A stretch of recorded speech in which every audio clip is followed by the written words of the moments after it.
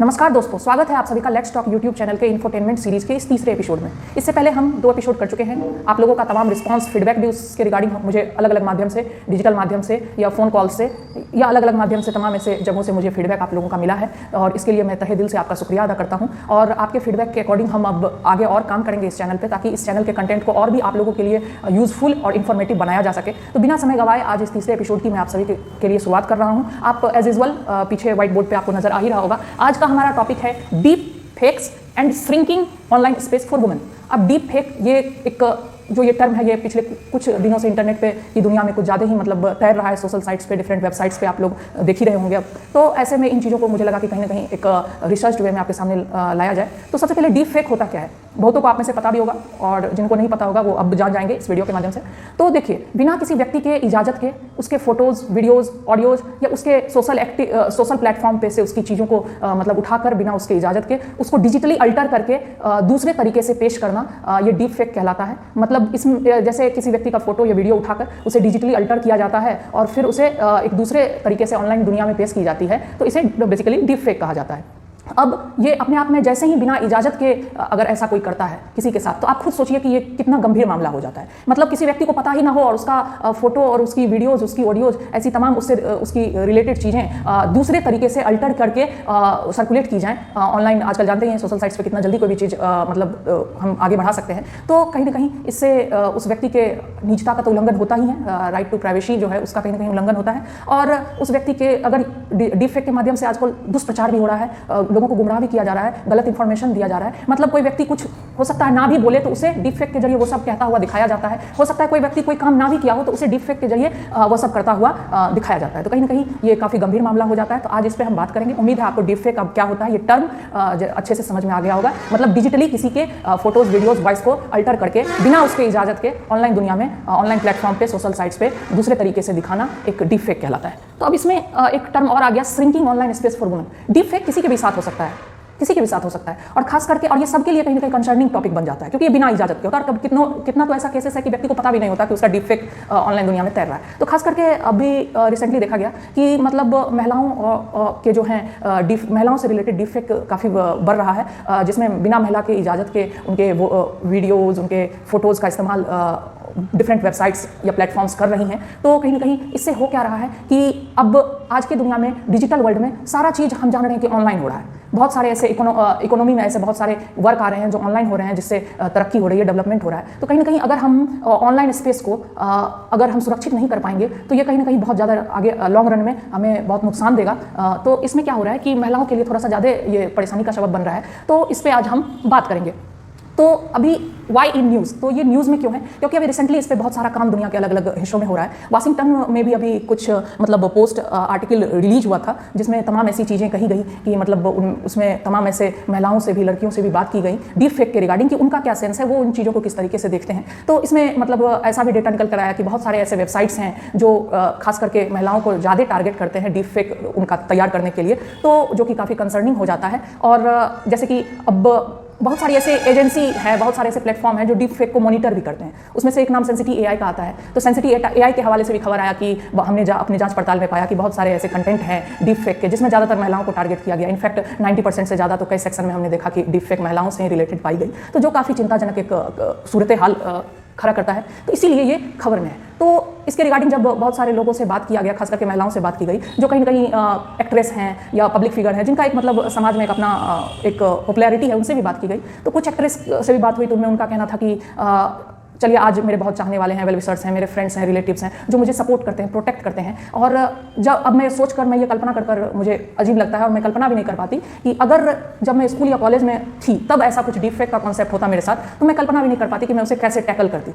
तो ऐसी ऐसी बातें निकल कर आई। कुछ महिलाओं का ये कहना हुआ कि मतलब मुझे आने वाले भविष्य के लिए काफ़ी चिंता हो रहा है कि कैसे लड़कियां या महिला जो है ऑनलाइन दुनिया में अपने आप को सुरक्षित कर पाएंगी, और पहले से ही वो सोशल साइट्स पे इतना एक्टिव नहीं है, उनका ऑनलाइन प्रेजेंस कम है, और ऐसी ऐसी चीज़ें निकल कर आएंगी तो कहीं ना कहीं उनका ऑनलाइन प्रेजेंस और दिन प्रतिदिन घटता जाएगा, जो कहीं ना कहीं सही नहीं है। क्योंकि क्यों सही नहीं है, आप सभी जानते हैं, इंटरनेट किसी एक की नहीं है, इंटरनेट हर किसी की है। हर कोई सोशल साइट्स पर अपने सुख दुख को साझा करता है और हर किसी को करने का ये अधिकार है। और ऐसे में कहीं ना कहीं अगर गलत एक्टिविटी से अगर किसी खास सोसाइटी को, किसी खास मतलब चीज़ों को अगर टारगेट किया जाए तो ये कहीं ना कहीं सही नहीं है। तो ऐसे में इंटरनेट का जो एक्सेस चल रहा है कि डिजिटल बनाना है, ज़्यादा से ज़्यादा लोगों तक इंटरनेट को पहुंचाना है, तो ऐसी प्रोजेक्ट में फिर गड़बड़ी आएगी, क्योंकि अब महिलाएं, लड़कियां, ये बच्चे, ये सब सोशल साइट्स या ऑनलाइन प्रेजेंस इनका घटता चला जाएगा, पहले भी कम है, क्योंकि इनको डिफेक्ट जैसी चीज़ों का डर होगा। तो कहीं ना कहीं ये किसी के लिए भी सही नहीं है, हमारा इकोनॉमी के लिए भी सही नहीं है। हम लोग बात करते हैं कॉर्पोरेट इंटरप्राइज की, जो हमारा फॉर्मल इकोनॉमी का हिस्सा है, तो कहीं कहीं सोशल इंटरप्राइज हम सब मिलकर बनाते हैं, वो भी एक इंटरप्राइज है मेरे नज़र में। और उसमें खास करके हमारे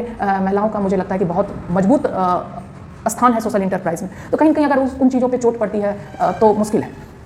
तो अब ये थी कुछ बातें जो उन्होंने कही, और उसमें से कुछ महिला का तो ये भी कहना हुआ कि मतलब जब हम लोग अपने ग्रोइंग एज में थे, कॉलेज स्कूल के दिनों में थे, तो ऐसी चीज़ें की बात शायद ही होती थी, बहुत कम होती थी हमारे सोसाइटी में, और आज ये सब चीज़ अचानक से बहुत बढ़ गई हैं। तो ऐसे में उन्हें काफ़ी आगे आने वाले जनरेशन्स के लिए काफ़ी मतलब अच्छा नहीं लग रहा है, उनके कहने का ये मतलब है। तो ये चीज़ें को कहीं ना कहीं उनका कहना है कि इस पर काम होना चाहिए, इस पर डिबेट होना चाहिए, इसको रोकना चाहिए, तो ताकि सभी के लिए इंटरनेट को रिलायबल और उचित बनाया जा सके, किसी को भी इंटरनेट से जुड़ने में संकोच ना हो, किसी को भी अपने निजता का उल्लंघन का डर ना सताए। तो ये सब चीज़ें, क्योंकि इंटरनेट आजकल आप सभी जानते हैं, बिना इंटरनेट के एक दिन क्या, एक पल भी आपको लगेगा कि आपका लाइफ पॉसिबल नहीं है, जो सच्चाई है। लेकिन अगर इंटरनेट इतना जरूरी है तो उसके रिगार्डिंग हम लोग जानते हैं कि सिक्योरिटी और भी ज़्यादा, प्राइवेसी का सिक्योरिटी और भी ज़्यादा जरूरी हो जाता है, तो उसके लिए काम करना होगा।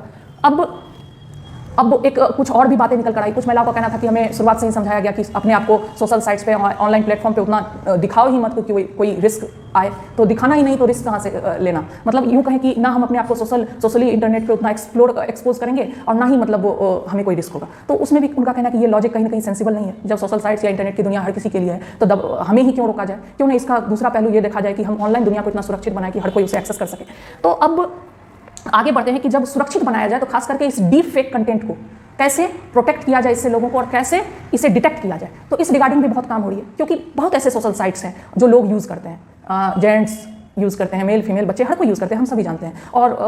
और ऐसे में अगर डिफेक्ट जैसी चीज़ें अगर आएंगी और इनका दिन प्रतिदिन गलत इस्तेमाल होगा, तो कहीं ना कहीं सोशल साइट्स के क्रेडिबिलिटी और अकाउंटेबिलिटी पे भी सवाल उठेंगे। तो ऐसे में बहुत सारे सोशल साइट्स जो है अपने अकॉर्डिंग इन चीज़ों को अपने प्लेटफॉर्म पे रोका जाए, उसके लिए काम कर रही है। बहुत सारी ऐसी कंपनीज है जो डीप फेक से प्रोटेक्शन प्रोवाइड कर रही है, जैसे हमारा एडोब है, माइक्रोसॉफ्ट है, तो ये ऐसी कंपनियां हैं, सेंसिटी है। तो बहुत ऐसी कंपनीज है जो डीप फेक को डिटेक्ट कर रही है अपने सॉफ्टवेयर के जरिए। उन्होंने कुछ ऐसे सॉफ्टवेयर डेवलप किए हैं कि डीप फेक को डिटेक्ट किया जाए और उनसे लोगों को प्रोटेक्शन मिल सके। तो ये चीज़ें हैं। अब डीप फेक आखिर बनता कैसे है? तो ये इसमें जनरली दो एल्गोरिथम का यूज़ होता है। एक होता है जनरेटर, जो clone deep fake content generate करता है, और एक हमारा होता है डिस्क्रिमिनेटर। तो ये जनरेटर और डिस्क्रिमिनेटर साथ साथ काम करते हैं, जिसमें जनरेटर मैंने पहले भी बोला डीप फेक कंटेंट बनाता है, और डिस्क्रिमिनेटर उसको एक तरह से जज करता है कि वो कितना फेक या कितना रियलिस्टिक लग रहा है। और ये प्रोसेस मल्टीपल टाइम्स रिपीट होती है, और जब क्रिएटर को लगता है कि उसे जैसा डीप फेक फैलाना है वो मिल चुका है, तो फिर वो उस डीप फेक कंटेंट को डिफरेंट सोशल साइट्स और वेबसाइट्स पे फैलाने का काम करता है। तो कहीं ना कहीं ये सब सारी चीज़ें हैं डीप फेक से रिलेटेड। इसमें मैंने आपको डीप फेक क्या है ये बता दिया। अभी जस्ट मैंने डीप फेक कैसे बनाया जाता है, तो उसमें दो एल्गोरिथम बताए, जनरेटर और डिस्क्रिमिनेटर। ये दोनों एल्गोरिथम मिलकर एक नेटवर्क बनाते हैं जिसका GAN नाम है। GAN आपके जानकारी के लिए बता दूं, जनरेटिव एडवर्सेरियल नेटवर्क। तो ये दोनों एल्गोरिथम मिलकर जनरेटिव एडवर्सेरियल नेटवर्क का निर्माण करते हैं, और ऐसे ही लगातार जनरेट करके और डिस्क्रिमिनेट करके मल्टीपल टाइम्स में डीप फेक तैयार किया जाता है, और लोगों को गुमराह करने के लिए, गलत इन्फॉर्मेशन देने के लिए तमाम तरीके से इसका इस्तेमाल होता है। इसका अच्छा इस्तेमाल भी है, लेकिन अभी हम इसके निगेटिव इंपैक्ट पे बात कर रहे हैं। बहुत सारे नेगेटिव इंपैक्ट है। रिसेंटली प्रेसिडेंशियल इलेक्शन हुआ USA में, वहाँ भी इसका गलत तरीके से इस्तेमाल कहीं ना कहीं खबरों में आई। तो दुष्प्रचार के लिए किया जाता है। आप जो ना कहें वो भी आप दुनिया में दिखाया जाए कि आप कह रहे हैं, आप जो ना कर रहे हैं वो भी कहीं कहीं ऑनलाइन प्लेटफॉर्म पे दिखाया जाए कि आप कर रहे हैं। तो खुद सोचिए अपने आप में कितना जटिल और कितना परेशानी वाला ये मुद्दा एक बन जाता है। तो अब इस वीडियो में इतना ही, और इस टॉपिक के लिए माफी चाहूँगा इतना ही। अब हमारा अगला सेक्शन समथिंग एक्स्ट्रा का सेक्शन। तो अभी पिछले वीडियो में भी मैंने कोविड-19 की बात की थी आप सभी से, और अभी रिसेंटली फिर कोविड-19 की आप लोग सभी जानते हैं कि चीन के वुहान शहर से इसकी शुरुआत हुई थी, और वहीं से ये चीज़ पूरी दुनिया में फैला, और उसके बाद की कहानी हर किसी को पता है। तो अभी फिर एक खबर आ रही है कि चीन में कहीं ना कहीं कुछ फ्लू टाइप का अभी बच्चों में देखा जा रहा है, जिससे काफ़ी पेशेंट बढ़ रहे हैं, और हॉस्पिटलाइजेशन, नंबर ऑफ चिल्ड्रन के जो हॉस्पिटलाइज हैं उनकी संख्या बढ़ते जा रही है। कहीं उसके रिगार्डिंग भी मुझे लगा कि कुछ बातें आपसे करनी चाहिए। तो इसके रिगार्डिंग कुछ खबर आई है कि मतलब हाँ ये सही है कि कहीं ना कहीं फ्लू बच्चों में बढ़ रहा है चाइना में, और ज़्यादा से ज़्यादा बच्चे अभी जो है हॉस्पिटलाइज्ड हो रहे हैं। ये खबर सही है। अब हुआ क्या कि 1 अक्टूबर से चल रहा है, इसकी ग्राफ अक्टूबर में काफ़ी बढ़ी, और ये कहीं नवंबर लेट दुनिया के सामने आ रही है। ठीक है, तो सवाल उठता है कि ऐसा क्यों हुआ? तो ग्लोबल हेल्थ बॉडी है हमारा WHO, वर्ल्ड हेल्थ ऑर्गेनाइजेशन, आप सभी जानते हैं। तो कुछ उन्होंने अपने सभी के लिए कुछ नियम कायदे कानून बना रखे हैं कि अगर आपके पॉपुलेशन में, आपके देश में कुछ अनयूजुअल अगर लोगों के हेल्थ के रिगार्डिंग आए जो काफ़ी जल्दी से फैल रहा है, तो आपको समय रहते WHO को इन्फॉर्म करना होता है ताकि वो इन चीज़ों का संज्ञान ले और वो जब अपने प्लेटफॉर्म से इन चीज़ों को बोले तो बाकी दुनिया के जो तमाम देश हैं वो अपने अपने लोगों के लिए प्रिवेंटिव मेजर्स और स्टेप्स उठा सके ताकि उन चीज़ों को फिर आगे ना वो चीज़ फैले और कंट्रोल हो जाए। तो ऐसे में देखा गया कि कोविड-19 के दौरान भी चीन से जो खबरें थे वो मुश्किल से निकल कर आती थी और वहाँ भी कहीं ना कहीं बोला गया कि WHO को समय रहते खबर नहीं दिया गया या तमाम ऐसी बातें निकल कर आई। तो अभी फिर बोला जा रहा है कि जब अक्टूबर में ही मतलब ये फ्लू का केसेस बढ़ता गया तो WHO को इतना लेट से पता क्यों चला। तो कहीं ना कहीं इसमें भी कुछ बातें हैं कि कहा जा रहा है कि पिछले बार भी कोविड-19 में WHO को ही मतलब पूछना पड़ा था चाइना से, तब चीज़ें निकल कर आई थी। अभी फिर WHO को ही पूछना पड़ा, तब चीन ने उसके रिगार्डिंग कुछ बताया है देर से। तो उसमें चाइना का कहना है कि ऐसा कोई बात नहीं है, ये हमारे यहाँ सीजनल होता है। इस बार हाँ उन्होंने एक चीज़ माना कि इस बार थोड़ा सा ये पहले आया, ठीक है, ऐसा नहीं है, हमारे यहाँ सीजनल होता है, चीज़ें कंट्रोल रहती हैं और इस बार थोड़ा सा पहले आया, ये उनका अपना पक्ष है। और उनका ये भी कहना है कि इस बार थोड़ा ये पहले हुआ क्योंकि हमारे यहाँ कोविड-19 को लेकर बहुत सारे रिस्ट्रिक्शंस थे और इस बार का विंटर जो है चाइना के लोगों के लिए एक तरह से फुल फ्लेजेड विंटर होगा क्योंकि इस बार उन्होंने रिस्ट्रिक्शंस कोविड-19 की बहुत देर के बाद उनका कहना है कि हमने हटाई है। तो हो सकता है इसके रिगार्डिंग थोड़ा सा केसेस ज़्यादा आए होंगे और कहीं कि उनका ये भी कहना है कि हमने अपने सर्विलेंस मैकेनिज्म को और ज़्यादा पुख्ता कर दिया है। हम रेस्पिरेटरी प्रॉब्लम, स्वास्थ्य संबंधी चीज़ों को और ज़्यादा सर्विलेंस पे डाल रहे हैं और भी पता लगा रहे हैं। तो कहीं कहीं उसके रिगार्डिंग भी हमको ज़्यादा डेटा मिला है तो उस कारण भी केसेस में हाइक हुई होंगी। लेकिन उनका ये भी कहना है कि कोई ऐसा अनयूजुअल फाइंडिंग नहीं हुआ जो कहीं ना कहीं चिंता का सबब बने। कोई क्लिनिकल रिपोर्ट में ऐसा अनयूजुअल चीज़ नहीं दिख रहा है, सब वही कहीं ना कहीं वही सब सारी चीज़ें हैं जो हुआ करती थी। थोड़ा सा पहले इस बार आया है ये चीज़ और उनका अभी इस रिगार्डिंग इतना ही कहना है। लेकिन फिर भी इसमें बहुत सारे प्लेटफॉर्म से खबर आ रही है कि ठीक है वो कंट्रोल्ड है, सारा चीज़ है, हो जाएगा, कोई दिक्कत नहीं है। लेकिन मतलब फिर भी कोविड-19 से भी सीखना लेकर और इन्फॉर्मेशन को लेट से WHO तक पहुंचाना ये किस हद तक जायज़ है, तो इसके रिगार्डिंग बहुत सारी बातें हो रही है ग्लोबली और लोगों का कहना उम्मीद करते हैं आगे से अगर ऐसा कोई भी चीज़ होगा दुनिया के किसी हिस्से में तो वो इन्फॉर्मेशन बिना WHO के मांगे जल्दी WHO को अपनी तरफ से साझा की जाएगी। तो उम्मीद करते हैं कि चीज़ें कंट्रोल हो जाएंगी चीन में, हमारे देश में या किसी भी देश में कहीं भी कुछ अगर ऐसा होता है लोगों के स्वास्थ्य के रिलेटेड तो कहीं ना कहीं उसका इंपैक्ट ग्लोबली पड़ता है। हम लोग कोविड-19 में देख चुके हैं। तो उन चीज़ों को जल्दी कंट्रोल हो जाना चाहिए, ये सभी के लिए बेहतर होता है। उम्मीद करते हैं चाइना में स्थिति सुधरेंगी। अब आज का आखिरी सेक्शन हमारा क्विज सेक्शन। तो हम सभी जानते हैं हमारे संविधान के द्वारा हमें 6 मूल अधिकार, फंडामेंटल राइट्स दिए गए हैं। लेकिन आपको शायद पता हो कि ओरिजिनली जब हमारा शुरुआत में कॉन्स्टिट्यूशन फ्रेम हुआ था तो 7 फंडामेंटल राइट थे और अभी कितने हैं? 6 हैं। तो मेरा सवाल यहीं से उठ के आता है कि वो 7वां फंडामेंटल राइट्स क्या था जिसे उस फहरिस्त से हटाया गया, उस लिस्ट से हटाया गया और कौन से संविधान संशोधन के जरिए ऐसा किया गया। तो आपको बताना है कि what was the 7th fundamental right which was removed from the list of fundamental right and by which constitutional amendment. Okay, so इस वीडियो में इतना ही। आशा करता हूँ ये वीडियो आपको अच्छा लगा होगा, इन्फॉर्मेटिव लगा होगा, डीप फेक और उससे रिलेटेड चीज़ें आपको पता चली होंगी और उम्मीद करता हूँ कि आप भी अपने खुद भी आप अवेयर हुए इन चीज़ों को लेकर और आपकी अवेयरनेस और बढ़ी होगी और कहीं ना कहीं आप इन चीज़ों को और अपने आसपास फैलाकर लोगों को अवेयर करेंगे क्योंकि ऑनलाइन दुनिया हमारी आज नीड है, ये सच्चाई है। और मैं फिर कहूँगा लेकिन उसका एक ये भी पहलू है, तो हमें दोनों पहलू समझना होगा। तो कहीं कहीं अब कोई भी चीज़ में हमारा पहला निजता हमारा हम होता है, प्राइवेसी के बाद ही कुछ चीज़ें होती है। आप खुद सोचिए ना, अगर फिर से मैं बोल रहा हूँ, आप लोग खुद रिलेट कीजिए कि किसी का अगर प्राइवेसी का उल्लंघन होता है तो मानसिक तौर से वो व्यक्ति कितना पीछे चला जाएगा। हम सभी के मतलब वो भीड़ में रहता है, वो भी अलग हो जाएगा, वो कहीं ना कहीं एक बंद कमरे में मतलब रह जाएगा, ऑनलाइन अपने आप को एक्सप्रेस नहीं करेगा, उसे ये भी डर सताएगा कि मैं इन चीज़ों को किससे बोलूँ, किनसे कहूँ। और खास करके हमारे जो स्कूल कॉलेजेस के स्टूडेंट हैं उनको कहीं ना कहीं और अवेयर करने की जरूरत है। इसीलिए मेरा मकसद था कि इस वीडियो को आप सभी के सामने लाऊं और उम्मीद करता हूँ आपको इन चीज़ों से जानकारी मिली होगी और आपको ये अच्छा लगेगा। तो इस वीडियो को आगे बढ़ाइए, खुद भी अवेयर होइए, लोगों को भी अवेयरनेस फैलाइए कि ऑनलाइन जो भी चीज़ें हैं वो हमारे सहूलियत के लिए हैं, हमारे कंफर्ट के लिए हैं, लेकिन उनकी जो कुछ डार्क साइड है जिस पर अभी काम हो रही है और काम होना बाकी है उससे भी लोग अवगत रहें ताकि अपने आप को भी सुरक्षित कर पाएं। तो इस वीडियो में इतना ही, मिलते हैं अगले वीडियो में नए टॉपिक के साथ। तब तक के लिए स्वस्थ रहिए, सुरक्षित रहिए। जय हिंद।